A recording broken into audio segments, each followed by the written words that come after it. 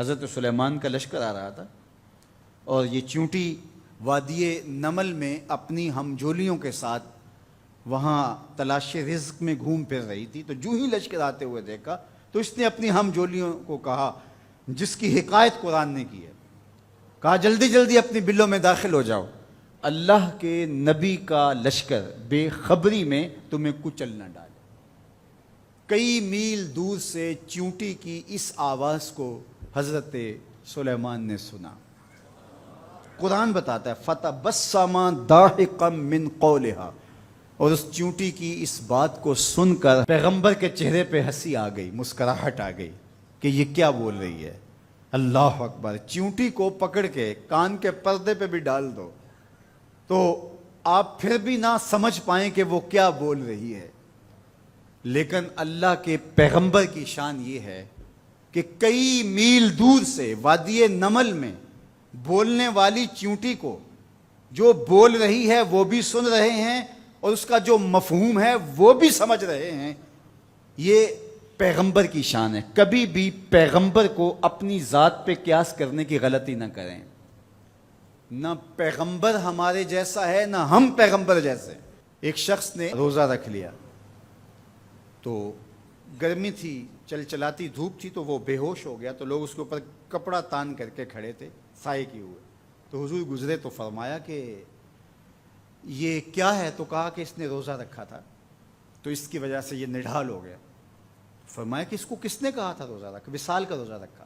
وصال کا روزہ ایک روزے کے بعد پھر اسی پہ تسلسل کے ساتھ دوسرا روزہ. تو کہا حضور آپ جو رکھتے ہیں. تو اس نے بھی پھر دیکھ کے رکھ لیا. تو آقا کریم علیہ الصلوۃ والسلام فرمایا ایکم مثلی، تم میں سے میری مثل کون ہے؟ ایکم مثلی، تم میں سے میری مثل کون ہے؟ اور ایک دوسرے مقام پہ آقا کریم نے فرمایا لست کہیاتکم، میں تمہاری طرح نہیں ہوں. کبھی کہا ایکم مثلی، تم میری طرح نہیں ہو، کبھی کہا میں تمہاری طرح نہیں ہوں. تو یہ غلطی کبھی نہیں کرنی چاہیے کہ اپنے آپ کو نبی پر قیاس کریں یا نبی علیہ السلام کو اپنی ذات پہ قیاس کریں. اللہ نے ان کو جو صلاحیتیں، جو شانیں، جو عظمتیں اور جو امتیازات عطا کیے ہیں وہ انہی کا خاصہ ہے. اللہ نے انہی کو ایک الگ شان اور الگ نرالی عظمت عطا فرمائی ہے جو انہی کا مقصوم ہے. اب چیونٹی کتنے میل دور سے اپنی ہمجولیوں سے بات کر رہی ہے. کوئی حدیث ہو تو ضعیف کہہ کر کے کوئی کہے کہ نہیں میں نہیں سے مانتا، آیت قرآنی ہے. فَتَبَسَّمَ ضَاحِكًا مِّن قَوْلِهَا، چیونٹی کی اس بات کو سن کر اللہ کا پیغمبر مسکرانے لگا کہ یہ کیا کہہ رہی ہے. اللہ اکبر. یار حضرت سلیمان علیہ السلام چیونٹی کی بات سنیں بھی اور جو وہ کہے اس کو سمجھیں بھی اور اس بات پہ مسکرائیں بھی اور چیونٹی بھی کئی میلوں پہ ہو. یہ شان اس پیغمبر کی ہے کہ جو مسجد اقصیٰ میں تیرے نبی کے پیچھے مقتدی بن کے کھڑا ہو. جب مقتدی کی سماعتوں کا یہ عالم ہے تو مقتدا کی سماعتوں کا عالم کیا ہوگا. اس لیے میرے اور آپ کے آقا و مولا نے ارشاد فرمایا جو میں دیکھتا ہوں وہ تم نہیں دیکھ پاتے، جو میں سنتا ہوں وہ تم نہیں سن پاتے.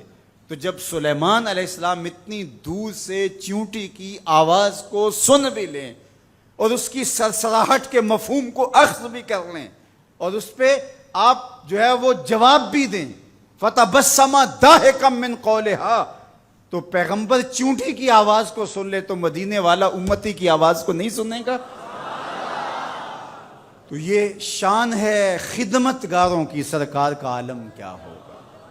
اللہ نے شان عطا کی ہے، اللہ نے عظمت عطا کی ہے. اب اس چیونٹی کو امام راضی کہتے ہیں قیامت تک آنے والی چیونٹیوں کا سردار بنا دیا. کیوں؟ اس لیے کہ اس چیونٹی کو اس بات کا علم تھا کہ اللہ کے نبی کا لشکر جان بوجھ کر ننھی جان کو بھی ضائع نہیں کر سکتا.